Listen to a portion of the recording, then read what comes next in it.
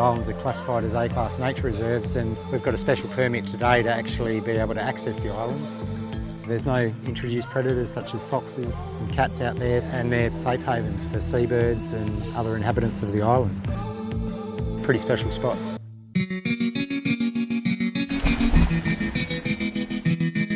Once you get your head underwater, you never know what you're going to see. Big baler shells and starfish, abalone, heaps of different varieties of fish, big fish as well, Samson fish. Pretty awesome down here.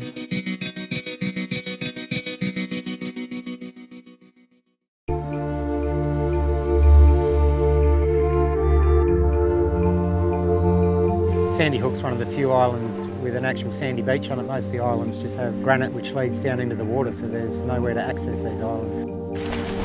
Sandy's unique in that way. We applied for permits through the Department of Biodiversity, Conservation and Attractions and got a permit to come on here. Most islands you're not supposed to access them because they are important habitat refuges.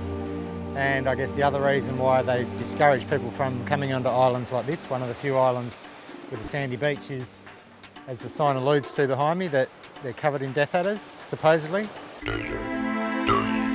Hopefully today, fingers crossed, we might be able to find one, but there's no guarantees. They're one of the most venomous snakes in the world, in the top 5, so they're not something you want to mess with as far as if you get a bite, very life-threatening. So death adders are an ambush predator. They will not move if you come near them, they'll just stay dead still because they're designed to blend in with the environment and wait for something to come past them. That happens, like a little skink or something, they've got a little lure on their tail which they'll wriggle. It'll attract the attention of a skink which comes to investigate, and then bang, the death adder will have some lunch. So all the colours you see in the seaweed here, that's the colours that you'll find on a death adder. You need to be very careful and aware of where you're treading. Luckily I've bought my safety boots.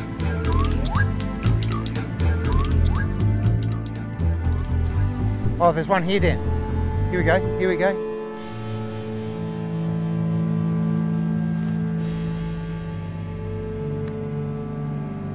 So if you come in here,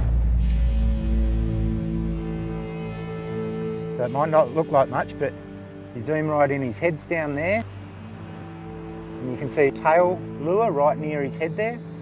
So if a skink comes along, he'll wriggle that, and then bang, it's all over.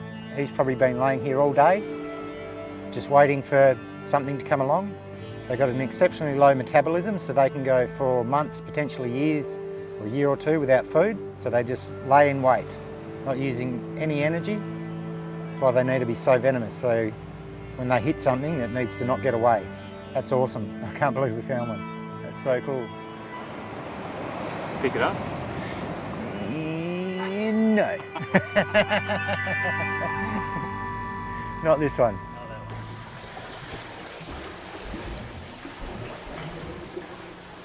There we go.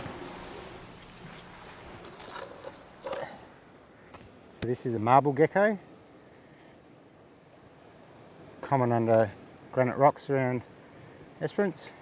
Beautiful little species. Little velvety in texture. Nocturnal. So yeah, spends most of the day hiding under a rock, and there's plenty of warmth left in the rocks to allow them to function at night. Very cool. There we go.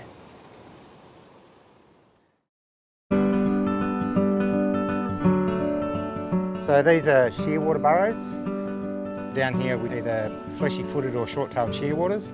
They're an incredible species because they're one of those species that migrate to the North Atlantic for our winter and their summer, and then they fly all the way back here and they breed on offshore islands. Apparently they can do like 11,000 kilometres in 13 days, so they're averaging 840 odd k's a day, which is an incredible story. And they nest in these shallow soils where you've got tussocky grass and that sort of thing, and the risk of people walking on the islands is you walk in these burrows and collapse them.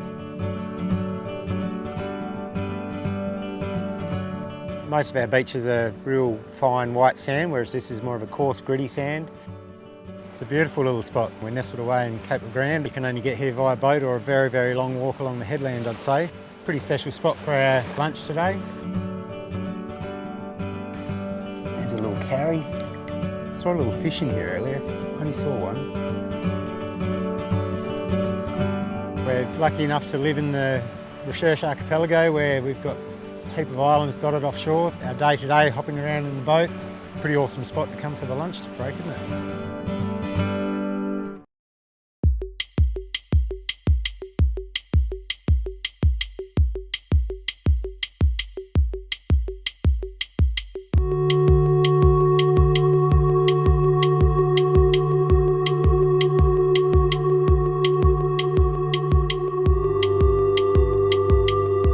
I think there's 105 islands in the Recherche Archipelago, and Lion Island's one that's pretty close to shore, and swimming with sea lions like that, got to swim with about 6 of them. They're just amazing to watch underwater, and they're curious and they're inquisitive and graceful, and perch on the bottom and look at you, and as soon as you move they'll turn and do backflips.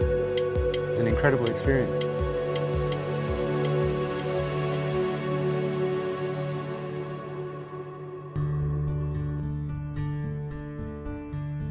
There's a lot of conjecture about marine reserves. People are concerned about losing their way of life, so they might lose their favourite fishing spot or lose access to being able to drive on the beach in these places. And I think it's like anything, that if you do things responsibly and respect it, you're not going to lose these areas. And a marine reserve, I think, is a good thing for everybody in the end, because what it's going to do is preserve these areas long term against the likes of drilling for oil or mining consignments and that sort of thing.